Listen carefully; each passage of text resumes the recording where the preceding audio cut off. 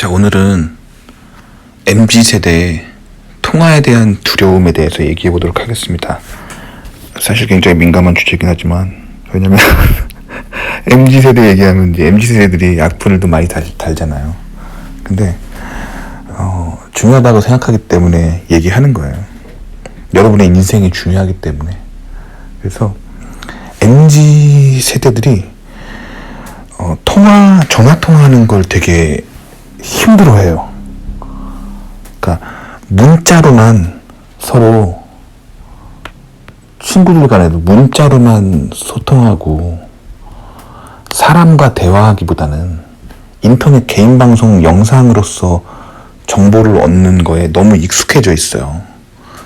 그래서 실질적으로 사람을 만나서 사람한테 뭔가 물어보는 걸 굉장히 힘들어하고 전화 통화하는 거를 되게 힘들어해요.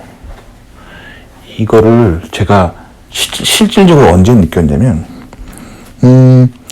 저는 한국에서 직장 생활을 했었어요. 한국에서 이제 뭐 영상 보시는 분은 알겠지만 미국에서 박사를 마치고 미국 취업이 안 돼서 한국에 잠시 귀국을 해서 한국 대기업을 다닌 적이 있어요. 근데 그 대기업에서 맨날 하는 일은 미국 하청을 하는 일이었어요. 그래서 미국의 그런 커스터머로부터 직접 영어로 오는 그런 컨퍼런스 콜에 많이 참여했었어요. 아무것도 또 미국 박사고 영어가 되다 보니까 회사에서 그런 일에 굉장히 많이 저를 투입했었겠죠.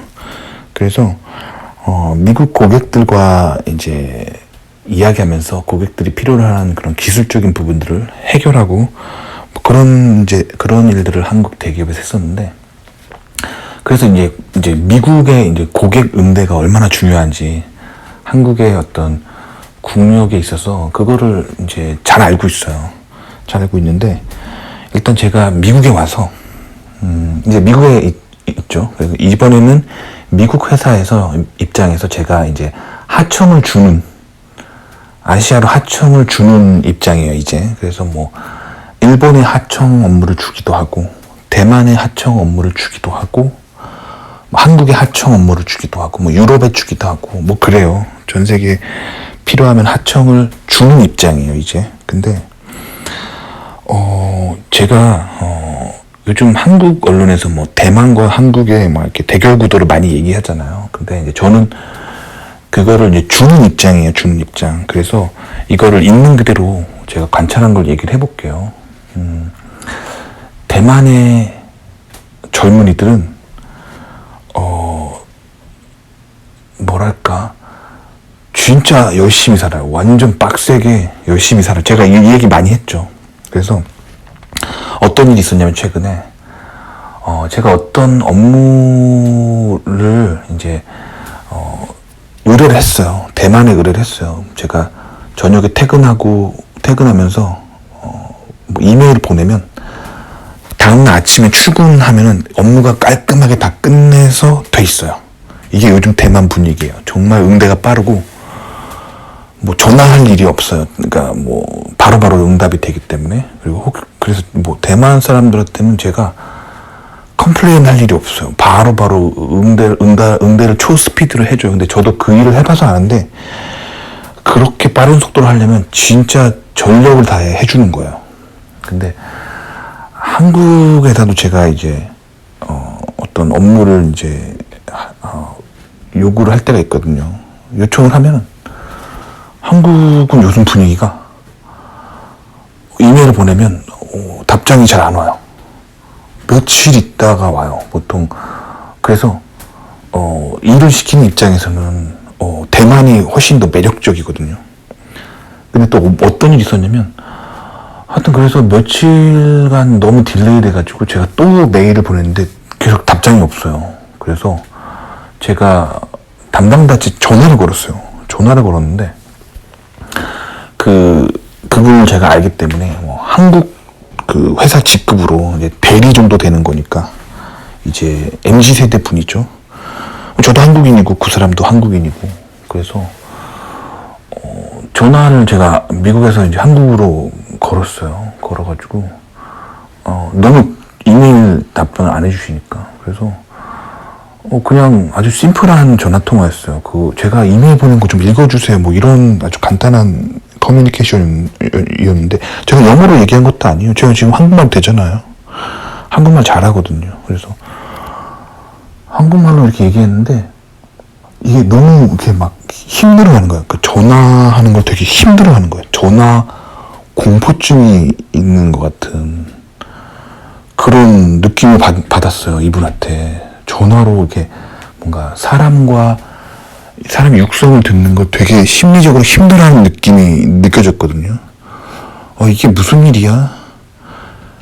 해가지고 저도 이제 계속 이제 뭐 한국의 MZ 세대들이 특이한 세대들이다 뭐 자꾸 이렇게 이 한국 사람들 얘기를 많이 하잖아요. 근데 제가 뭐 한국의 MZ 세대를 경험할 일이 뭐 별로 없죠. 오히려 미국에 있는 한인 2세들을 더 많이 경험하죠. 근데 어떤 이렇게 경험하면서 굉장히 저도 한국에 나고 자란 사람으로서 한국이 진짜 세대가 정말 변하고 있다는 생각을 했어요. 그래서 제가 이제 또 아는 다른 한국인 형님한테, 그 형님 같은 경우야말로 정말 한국 하청업체들하고 정말 일을 많이 하시는 형님이거든요. 그래서 제가 그 형님한테 물어봤어요. 요즘 왜 이러냐 그랬더니 요즘 정말 그런데요. 요즘 젊은 세대들이 문자로만 소통하는 게 너무 익숙해져가지고 어렸을 때부터 문자로만 이야기하고 인터넷 서치 엔진으로만 어떤 모르는 걸 물어보고, 그래서 사람이랑 이렇게 얼굴 보고 이야기하는 거랑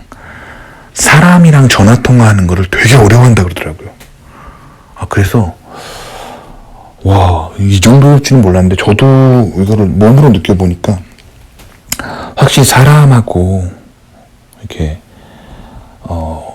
이야기하고 그런 거를, 전화 통화하는 거를 되게 힘들어하는 세대들이 이제 탄생하고 있구나라는 생각이 들어요. 근데 제가 왜 이 얘기를 하냐면, 제가 하는 업 자체가 인공지능 시스템 개발이에요. 제가 하는 거 자체가.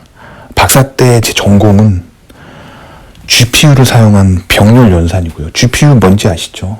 인공지능 머신러닝을 하기 위한 아주 핵심 기술이 GPU를 사용한 멀티코어를 이용한 병렬 연산이에요. 그래서 인공지능 기술의 그런 핵심 기술을 공부하고 인공지능 개발을 하고 있다라고 보시면 돼요. 그래서 인공지능 관련 그런 일들을 하고 있는데, 그래서 저는 그런 생각을 남들보다 많이 해요.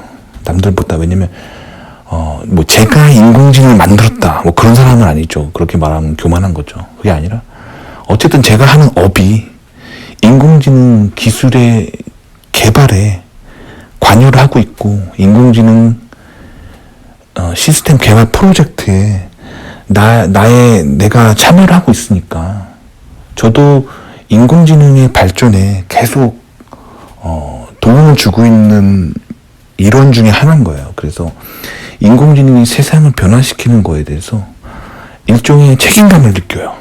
그리고 저는 더구나 기독교인이라서 인공지능이 인간에게 악한 영향을 미치는 거를 막고 싶어요.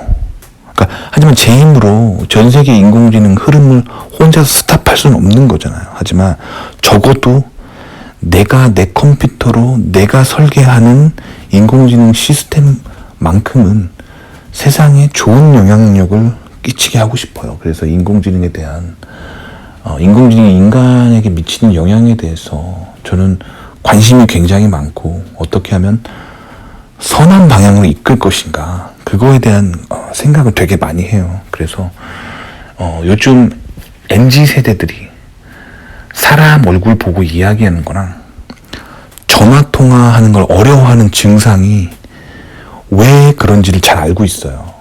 그건요, 인공지능 때문이에요. 그러니까 사람들은 뭐 MZ 세대들이 싸가지가 없다라고 비난하겠지만 그게 아니에요. 싸가지의 문제가 아니에요. 뭐 가정교육의 문제도 아니고 사회 문제라기보단 인공지능 때문이에요. 그러니까 왜 인공지능이 사람을 그렇게 만드는지 그 메커니즘을 이해해야 돼요. 인공지능을 단순하게 컴퓨터 소프트웨어, 뭐 똑똑한 소프트웨어라고 보면 안 돼요. 왜냐면 사람이 인격이 있듯이 인공지능도 인격이 있어요. 그러니까 어떤 의지가 있어요. 그러니까 지금 기술로는 막 스스로 생각하고 사람처럼 생각할 만큼 그렇게 자유의지가 있고 그런 개발을 아직 되지 않았어요. 그런 개발을 한 사람 없고, 제가 말하는 의지가 있다는 거는 그 프로그래밍 코딩한 사람이 그 인공지능이 최고로 어떤 목적을 이루기 위해서 해야 될 방향성을 가지고 코딩을 한다는 거예요. 그래서 대부분의 인공지능 프로그래밍 코딩은 프로그래밍 코딩하는 사람의 의지가 들어가 있어요. 인공지능 소프트웨어 시스템이 소속된 회사에 이윤을 최대화하기 위한 그런 모든 전략을 가지고 알고리즘이 돌아갑니다. 그래서 어떤 님들이 스마트폰을 들고 다니고 스마트폰을 계속 들여다보는 게 님이 어떤 정보를 찾는다고 생각하지만 그게 아니에요. 책이랑 달라요. 책은 님이 원하는 책을 구매하고 그 책 몇 페이지를 펼쳐요. 그래서 그 지식을 얻는 주체는 님이에요. 님이 의지를 가지고 어떤 지식을 얻는 거예요. 즉 능동형의 주체가 님이에요. 인간이에요. 근데 스마트폰으로 정보를 얻으면 님이 주체가 되는 게 아니라 님은 님의 의지를 가지고 검색어를 검색했다고 생각하지만 사실은 인공지능이 님의 모든 거, 님이 여태까지 보냈던 모든 이메일과 님이 여태까지 봤던 모든 영상과 님이 친구한테 보냈던 모든 사진과 님이 SNS에서 좋아요, 싫어요를 눌렀던 모든 기록들을 바탕으로 님이 뭘 좋아하는지를 아는 거예요. 예를 들어 볼게요. 님이 고양이를 좋아하면요, 님은 다른 사람보다 고양이와 관련된 영상과 고양이와 관련된 블로그와 고양이와 관련된 광고와 고양이와 관련된 뭐든지 님의 스마트폰 스크린에서 볼 확률이 다른 사람보다 월등히 높아요. 그래서 사람을 중독에 빠뜨리는 전문가라고 보면 돼요, 인공지능. 그래서 고양이를 좋아하는 사람한테 고양이만 보여주는데 전문가예요. 그래서 님은 스마트폰을 들고 다니면 계속 중독이 됩니다. 그러니까 님이 가지고 있는 전자장비가 아니라 스마트폰은 어떤 님을 끊임없이 유혹하기 위한 어떤 영업사원이랑 계속 같이 다닌다고 보면 돼요. 그래서 그 영업사원이 님이 아침에 눈 뜨고 스마트폰 들어볼 때마다 이걸 사줘, 이걸 봐줘, 이걸 읽어줘, 계속 하는 거예요. 아시겠죠? 그래서 스마트폰이 그래서 굉장히 위험한 거예요. 폰 자체가 위험하다기보단 폰에 있는 님들이 폰으로 들여보다 본 모든 것들이요. 개인 방송에서부터 블로그, 모든 거요. 이건 폰뿐만이 아니라 인공지능이 들어간 모든 시스템이 그렇습니다. 인공지능 스피커나 그런 요즘 나오는 최신 랩탑이라든가 어쨌든 인공지능이 들어간 건 다 그래요. 아시겠죠? 그래서 인공지능을 향해서 님이 능동적인 시스템을 취해야 돼요. 인공지능을 향해서 님이 능동적인 시스템을 취하려면 가장 좋은 방법은 구닥다리 구형폰을 쓰는 거예요. 그래서 실리콘밸리의 첨단 하이테크놀로지 회사에 다니는 미국의 2030 세대들은 구형폰을 많이 써요. 어떤 구형폰을 말하는 거냐면 GPS도 없고 인공지능 기능이 없는 옛날 할아버지 할머니들이 쓰는 경로원 가면은 이제 효도폰이라고 하죠. 완전 구닥다리 폰. 그런 걸 써요, 젊은 애들이. 근데 그렇게 쓰는 애들은 다들 직업이 뭐냐고 물어보면 AI 프로그래머들이 다 그런 걸 써요. 그러니까 자기가 하는 짓이 뭔지 잘 아니까 자기를 보호하려고 하는 거예요. 그리고 인공지능 회사의 임원들 이런 사람들 있잖아요. 자기 가족들 사진 찍을 때 스마트폰으로 찍지 않아요. 그 목에 되게 큰 카메라 있죠. 까만 DSLR이라든가 뭐 필름 카메라나 그런 거 많이 쓰고, 요즘 또 인기 있는 거는 실리콘밸리에서 폴라로이드 카메라, 뭔지 알죠? 즉석 카메라. 그 필름 넣고 사진 찰칵 찍으면 그 자리에서 사진이 현상돼서 윙 나오는 거 있잖아요. 그리고 인터넷에 연결되지 않는 거, 그런 게 이제 실리콘밸리에서 되게 똑똑한 사람들이 쓰는 거예요. 아시겠죠? 그만큼 인공지능이 얼마나 사람을 망쳐놓는지를 알기 때문에 그러는 거예요. 아시겠죠? 그래서 저도 인공지능이 이렇게까지 사람을 망쳐놓는지를 몰랐고 그냥 어렸을 때부터 컴퓨터를 좋아했어요. 저는 그래서 그냥 컴퓨터로 뭔가 하는 걸 좋아해서 하다 보니까 이쪽으로 왔어요. 근데 요새는 제가 무슨 생각을 하고 있냐면, 저는 님들보다 미래를 먼저 봤잖아요. 뭐 대학원에서 훨씬 먼 미래에 올 기술들을 공부했고, 지금은 실리콘밸리에 살고 있고, 그래서 앞으로 다가올 세계들을 다 알고 있어요. 그래서 인공지능이 앞으로 정말 악해진 시대가 올 거예요.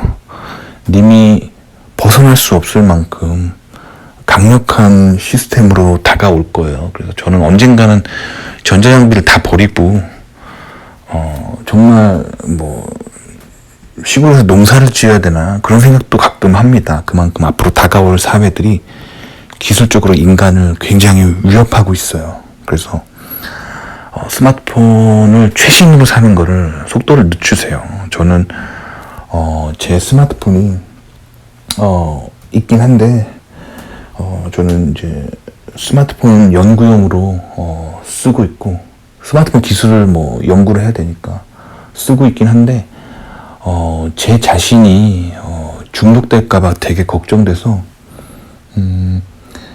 스마트폰을 쓸 때 푸시 노티피케이션이라고 하죠. 그러니까 알림, 컴퓨터가 님한테 뭔가 이거 봐주세요 하는 알림을 다 꺼버려요.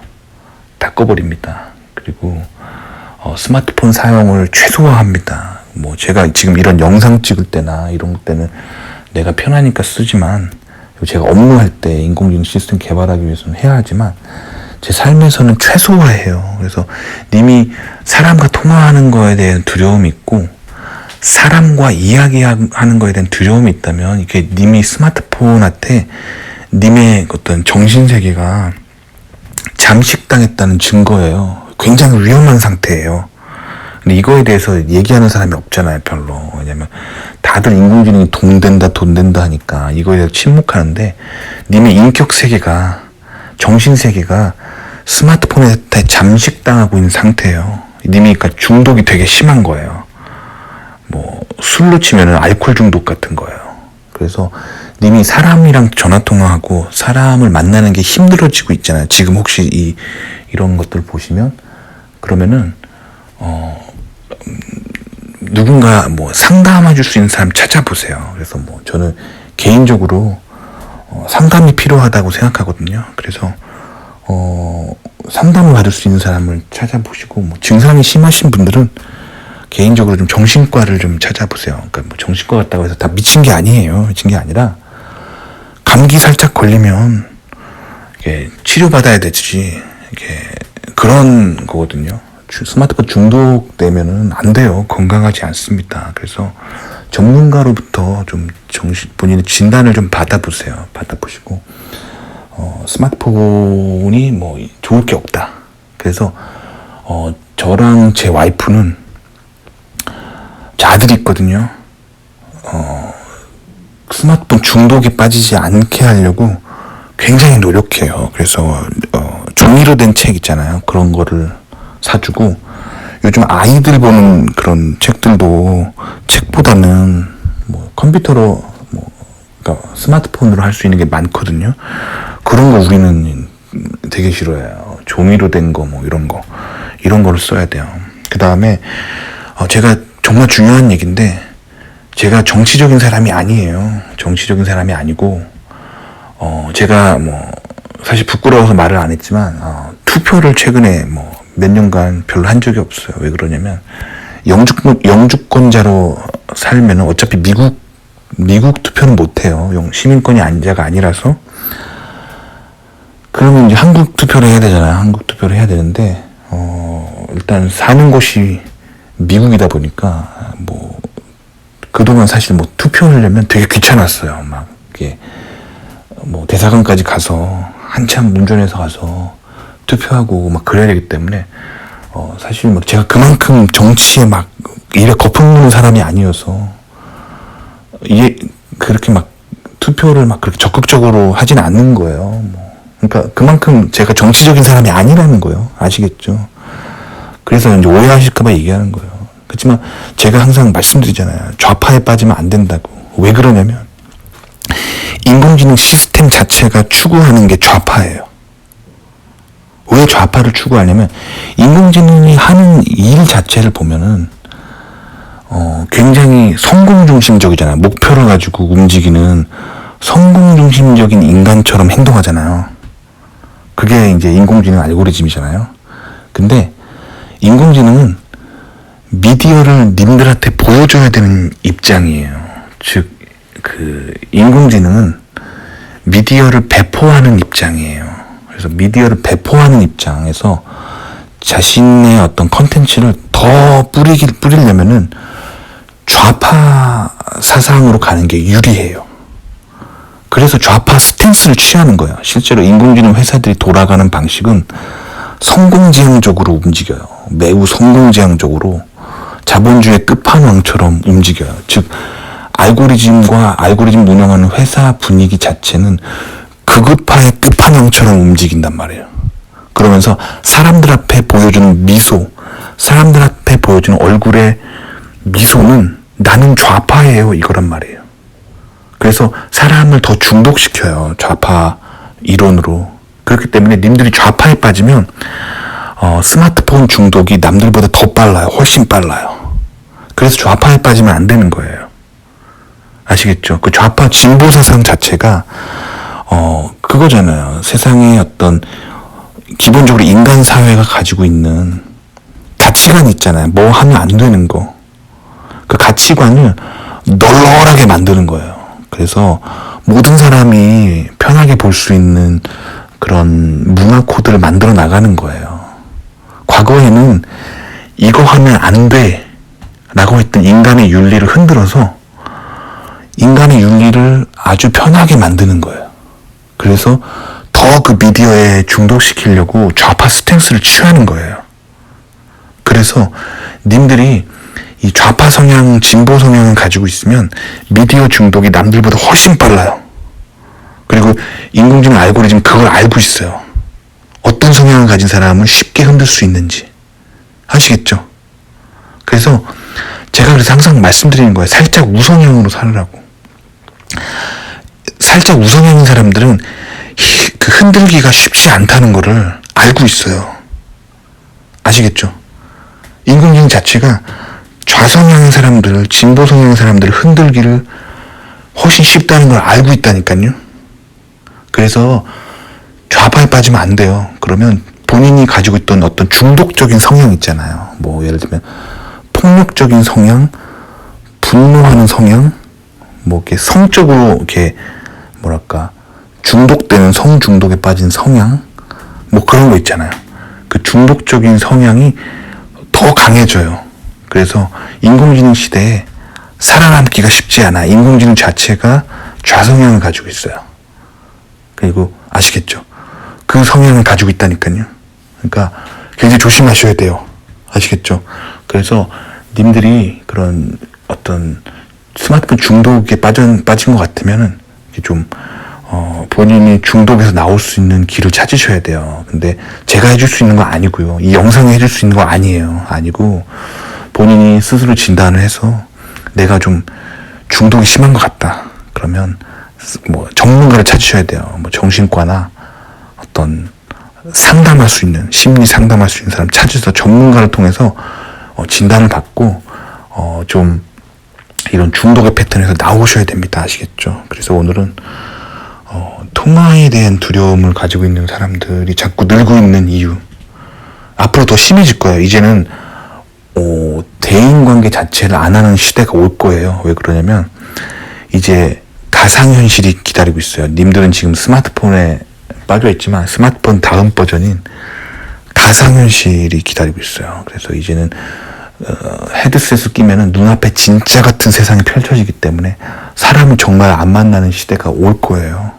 그래서 이런 시대가 이제 진짜 오는 게 SF 영화, 무슨 뭐 영화 매트릭스의 한 장면이 아니라 앞으로 다가올 세대가 그런 세대가 기다리고 있어요. 그래서 더더욱 어떤 중독에 빠지면 안 돼요. 중독에 빠지면 안 되고, 그리고 좌파에 빠지면 진짜 안 돼요. 좌파에 빠지면 본인의 삶이 더 가난해지고 더 비참해지고 지금 삶보다 더 못해져요. 그게 개인은 그래서 좌파에 빠지면 안 되는 거예요. 좌파에서 돈 버는 거는 미디어 시스템이에요. 그래서 뭐 영화 감독이라든가 뭐 TV 드라마 뭐 감독들, 방송국 PD들이 그래서 좌성향이 되게 많은 거예요. 뭐 아니면 미술하는 사람들, 아시겠죠? 그러니까 요 문화의 트렌드를 읽을 수 있어야 돼요. 아니, 세상은 그렇게 말하잖아요. 세상은 뭐 진보가 쿨한 거고, 그게 다양한 거 다 억셉트하고 그게 쿨한 거고 멋진 거라고 얘기하잖아요. 근데 그거 얘기하는 사람이 누구예요? 미디어잖아요. 아시겠죠? 그러니까 잘 분별할 수 있어야 돼요. 아시겠죠? 도움이 되시기 바랍니다.